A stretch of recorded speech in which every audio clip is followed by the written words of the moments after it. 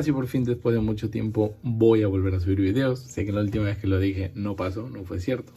Pero ahora sí voy a volver a subir videos. Hoy venimos con algo chévere, es el examen de variable compleja. Me gusta la idea de que el primer video que subí sobre un examen de matemáticas sea sobre variable real y ahorita el video sobre variable compleja. Eso no quiere decir, ojo, eso no quiere decir que el examen sea más complejo, porque es variable compleja. La cuestión es que la variable compleja es súper chévere porque las funciones tienen muchísimas más propiedades, son mucho más bien comportadas que las funciones en variable real, que son diferenciables, por ejemplo.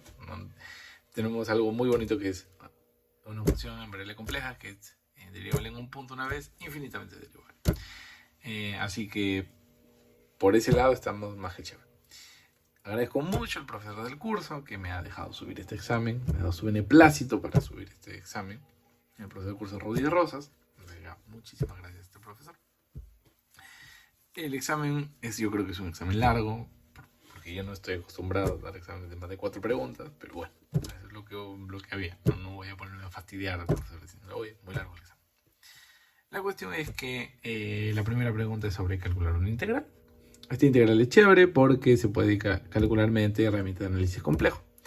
La cuestión es que esta cuestión de acá se puede calcular con los residuos que deja esta función. Y esos residuos lo puedes calcular con... esa es la idea del examen. Lo puedes calcular de varias formas. Pero la cosa es que aquí hay un... No me acuerdo si polo o residuo, pero... hay uno que es simple y hay uno que es doble. Así que el doble era el más trabajoso en calcular, pero no era muy complicado. La segunda pregunta tiene nombre, creo. Este se llama al principio el módulo máximo. Es una consecuencia de que la función tenga como imagen un conjunto abierto, o sea que la función sea abierta. La pregunta 3 es una cuestión sobre estimativas y mostrar que si una función holomorfa hace esto, entonces debe ser constante. Claro, porque aquí lo dice, ¿no? Qué gracioso. Pero más que todo es una función entera. En síntesis es localmente en todo punto es un polinomio con infinitos términos. Si es un polinomio con infinitos términos, tú logras ver que todos los coeficientes de este polinomio con infinitos términos son 0, salvo el primero. Entonces lo lograste, tu polinomio es constante. Y hay una expresión en variable compleja que te deja controlar el tamaño de estos coeficientes. Muestras que si pasa esto, sus coeficientes tienen que ser 0. No le queda otra cosa que ser 0, salvo el primero. Entonces tu función es constante. Esto es una cuestión chévere que cuando lo vi dije, no me va a salir porque no tenía ni idea de cómo atacarlo, pero se arreglaba muy fácil si ponías esto. Z cuadrado aquí y z cuadrado aquí. En realidad estoy mintiendo un poquito. Si pones solo z ya se arregla. O sea, en el sentido que lo multiplicas por z, en módulo de z, ya se arregla, pero yo lo hago aquí porque ya hay límite. Porque si pones aquí mayor o igual a 0, tomas z cuando sea para 0, y hay límite. Porque esto es 0, por sándwich, esto es 0, y si esto es 0, esta función es limitada, bla, bla, bla, bla, pasa todo. Esta también es muy chévere, que es una aplicación del problema 2, si no me equivoco. Pero, hoy vamos a hacer este problema. Este problema es una extensión de una propiedad de las funciones holomorfas, que es que tú puedes capturar los ceros, de esta función mediante curvas. La cuestión es que esto solo funciona si tienes una función holomorfa, obviamente está definido, está definida por definición, está definido en un abierto. Y este teorema solo lo tienes para curvas que están en el abierto. No me estoy explicando nada bien, pero quien conoce este teorema me va a entender. Y de hecho debería explicarlo. Pero de eso se va a tratar el video, así que me van a entender.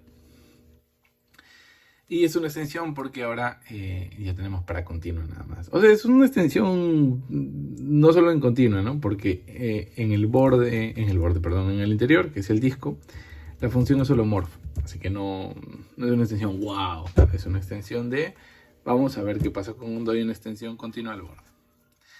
Entonces vamos a ver que podemos capturar el número de ceros de f en d mediante esta formulita. Pero esta formulita, cuando la curva está dentro de d nada más, es válida. Entonces lo que queremos es mostrar que incluso en el borde es válido. El borde es el borde del disco, ¿no? Si el disco es esto, el borde es esto. Esto de acá. Ya está. Sobre esto va a tratar el video.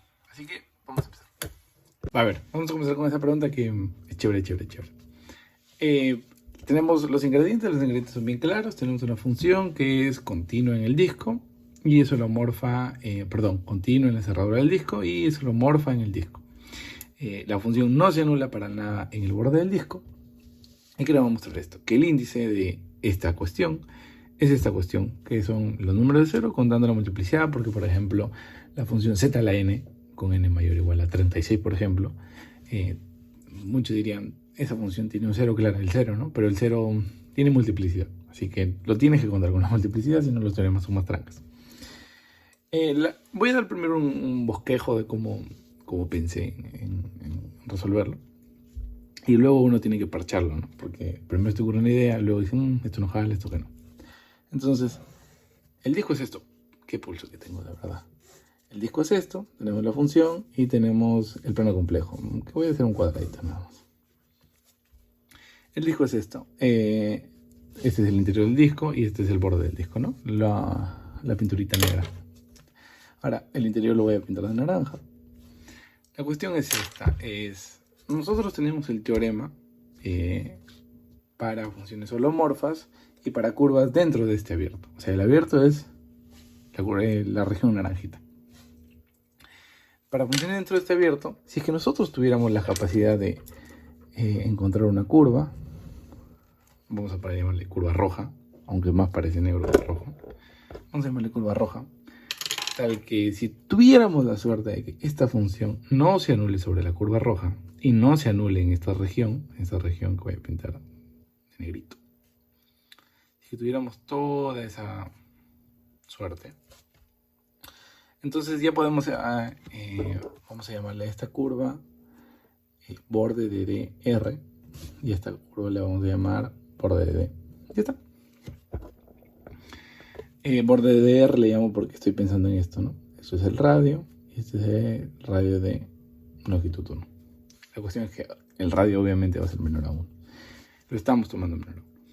La cuestión es que ya tenemos un teorema para este tipo de situaciones para la curva roja, si es que tuviéramos la suerte de que no se anule sobre la curva roja. Entonces el teorema dice así, versa así, es que el índice de la función sobre la curva roja alrededor del cero, el índice de esta curva de f alrededor del cero es cuántas veces le da vueltas al cero esta curva, o sea, porque esta es una curva, ¿no? Metemos una curva y f mediante f llevamos esta curva a una curva aquí. Esto ya nos da el número de ceros. Usted me va a decir, pero Cris, ya salió, ¿no? Número de ceros, contando, bla, bla, bla, multiplicidad. Y ya está. Y tú vas a decir, Cris, ya salió. No sé qué clase de problema estás haciendo. Ya, pero nosotros queremos que valga para esta curva negra. No para esta curva roja. Nos va a ayudar la curva roja. Entonces lo que alguien haría hábilmente es decir, ya, pero tú has tomado tu R menor a 1. Entonces, si hacemos tender R a 1, ¿qué nos va a quedar? Nos va a quedar el índice de la curva roja con radio 1. Entonces, este es f de esta curva alrededor del 0. Y aquí esto no va a variar. ¿Por qué? Porque esto no depende de R. Y ya salió, ¿no? Esta cuestión le vamos a llamar M, pues. Y ya, se acabó. No sé qué has hecho, Cristian. ¿Por qué te demora tanto en este ejercicio? Ya. Hemos saltado muchas cosas. Hemos saltado una cuestión. Por ejemplo, ¿cómo sabemos que existe una curva así? Una curva roja buena, del que F no se anule en la curva roja. Esa es una primera cuestión. Luego, ¿cómo sabemos que ya está bien esta curva de radio R captura el número que queremos encontrar? Pero ¿cómo sabemos que al tender R a 1, esta cantidad se va a acercar tanto como quisiéramos a esta cantidad. Esta cantidad no se va a mover claramente porque el radio está fijo. Perdón, el radio no está fijo. No depende del radio y no se va a mover. Así que esto se va a quedar en M. Pero ¿cómo sabemos siquiera que esto tiene límite? Que esto, cuando tendemos R ni siquiera tiene límite. Entonces hay cosas por parchar, pero la prueba ya está. Hay que encontrar una curva así. Tenemos que tener cuidado que cuando R se mueva al 1 de una manera adecuada, bueno, se va a mover como quiera, pero en la zona en la que R se mueve a 1, esta igualdad tiene que valer también. Si es que nunca no consigues que tu igualdad valga conforme R sea para 1, tampoco tiene mucho sentido. Por eso les estaba diciendo que también queremos que no se anule en esta zona negrita. ¿Por qué? Porque cuando R se mueve a 1, esta curva roja se va a ir a esta curva negra, entre comillas, lo que sea que significa se va a ir. Y nos vamos a ir acercando. Entonces esta serie de curvas que se van a ir acercando a esta curva negra, queremos que capturen esto también. Así que tenemos que tener cuidado. Hay mucho por tener cuidado. Así que vamos a comenzar. Solo vamos a parchar, porque la prueba es esta, pero vamos a parchar. Ya, el primer problema que tenemos que parchar es la existencia de esa curva roja. Les voy a explicar cómo mostrar que existe una curva roja. La cuestión es que aquí tenemos que... ¿Por qué no enfocas? Enfoca. Ya, por fin enfocó. La cuestión es que aquí tenemos que usar la continuidad de F, ¿no? Vamos a hacer un pequeño dibujito y voy a contar una pequeña historia. Y es que... ¿Por qué voy a poner F acá? No sé. Ahí está. A ver. Sabemos que si tomamos un punto P en el borde del disco, sabemos que F no se anula en P. La cuestión es que si una función continua no se anula en un punto, entonces cerca de ese punto tampoco se va a anular. ¿Por qué? Porque es continua. La cuestión es que ahí hay que probar unas cosas, pero voy a asumir estas cosas, porque si no el video sería muy largo. Pero cerca de ese punto la función tampoco se va a anular. ¿Qué quiere decir eso? Existe una bola de un radio, Dios sabe qué es este radio, tal que en esta región F no se anula. Ahora, tú me decís, Chris, pero ¿y la curva roja? ¿Por qué me estás hablando de esto? Ok, toma otro punto. Vamos a ver el otro punto Q. También, F no se anula sobre Q. Entonces, por la continuidad, existe una vecindad de Q, tal que en esta región... Porque tú me decís, oye, Chris, pero acá, ¿por qué no manches acá? Porque F no ve esta zona, no le importa esta zona. F le importa esta zona. Entonces, sobre esta región tampoco se anula. Entonces usted me dice, ya está, agarra esto, te agarra todos los puntos, ¿no? Así descaradamente, todas las bolas, y descaradamente vamos a manchar todas las bolas. Uy, casi pinto una región que no debería. Entonces, pues Chris, ya encontraste una región. Y ya, bueno, ese no es el objetivo, Queremos una curva roja tal que F no se anule. Entonces ustedes me dirían, pues fácil, agarra una curva que esté en todas estas zonas, ¿no? Esta zona 1, zona 2, zona 3, zona 4, zona 5, zona 6. Ok. No necesariamente se puede. La cuestión es que las bolas podrían ir haciéndose cada vez más chiquitas. Conforme uno vaya haciendo crecer las curvas, nunca logremos estar en todas estas zonas. Entonces, si no estamos en todas estas zonas, no tenemos garantía que la función sobre la curva no se anule. Entonces, ¿cómo vamos a arreglar esto? Entonces, ahora piensen en este lazo nada más. Este lazo tiene una propiedad bonita. Este lazo es cerrado en C y acotado en C. O sea, es compacto. Entonces, cuando hemos hecho toda esta maña de cubrir, no de cubrir, sino de generar vecindades alrededor de cada punto del lazo, básicamente hemos cubierto el lazo. Hemos cubierto el lazo por abiertos. Aunque creo que ya no debería dibujar, pero ya estoy dibujando. Hacer otro dibujo no va a matar a nadie. La cuestión es que ya hemos cubierto este lazo y voy a usar que si tenemos un conjunto compacto y lo cubrimos por abiertos, entonces podemos tomar de esta colección de abiertos una colección finita, tal que él sigue cubriendo.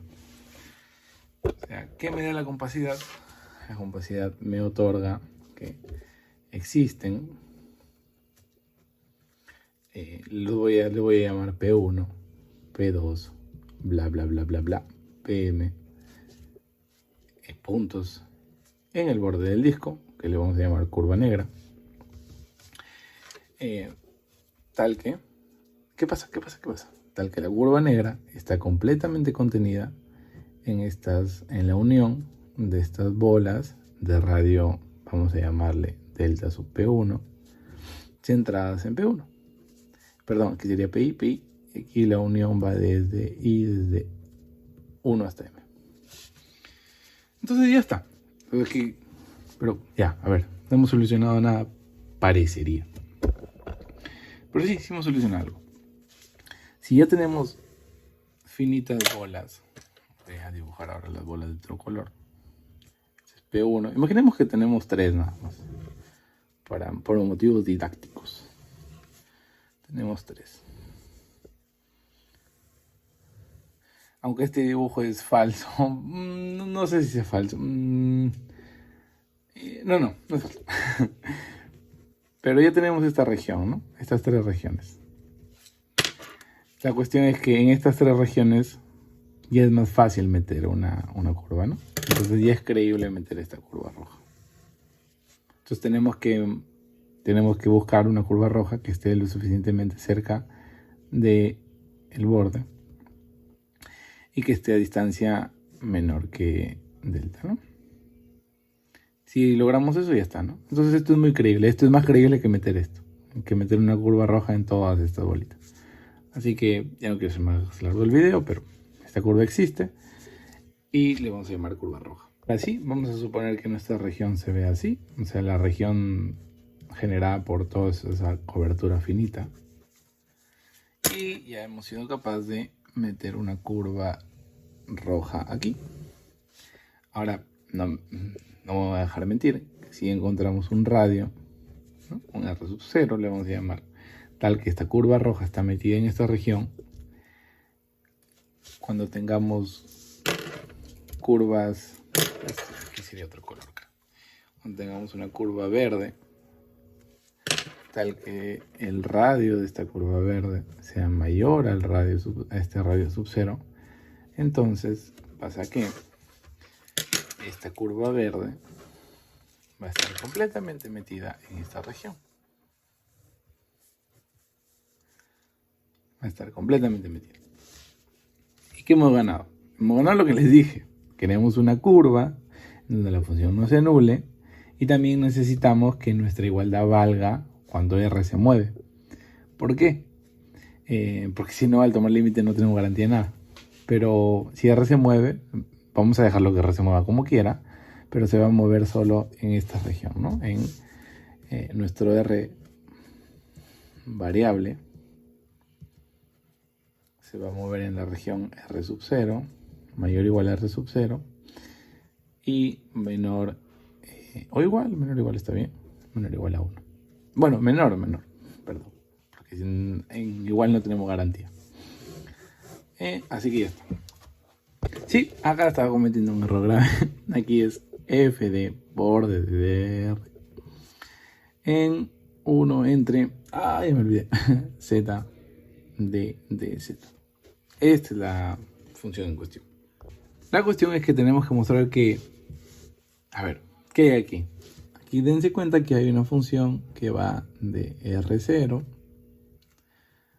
hacia R, tal que ¿qué? Tal que te da un número real. ¿Cuál es ese número real? Para cada R, perdón, aquí no es R, aquí es 1. Para cada R nos va a dar el índice en F de bla bla bla en 0. Este es un número bien concreto, de hecho es entero, así que no hay mucho problema. Ya, la cuestión es que esta función a la que le vamos a llamar G, si tuviéramos el beneplácito de esta función y nos dice, oye, tranquilo, La función G nos dice soy continuo en 1. Si tuviéramos el beneplácito de esta función, entonces es fácil, ¿no? Como por la continuidad, límite de g de x, cuando x se va para 1, va a ser ¿qué? G de 1. ¿Y qué es G de 1? El bendito número que estamos buscando, el índice de f en borde de D, ahora sí, alrededor del 0. Como esta función de aquí es constante para todo x más chiquito que 1 y más grande que R0, entonces ya estaría, ¿no? Esto siempre va a ser m y ya estaría. Esto básicamente para decir en el argumento heurístico de R se va para 1, entonces el R entra. Y ya está. La cuestión es que la continuidad es una cosa que yo probé caseramente por épsilons y deltas, pero creo que hay formas mucho más inteligentes de demostrar que esta función es continua. Así que nada más, ya no quiero alargar más el video. Ya cumplimos con todos los requisitos para que estábamos buscando. Pues nuestro argumento es completado, ¿no? Hemos construido una curva tal que f no se anule sobre esta curva.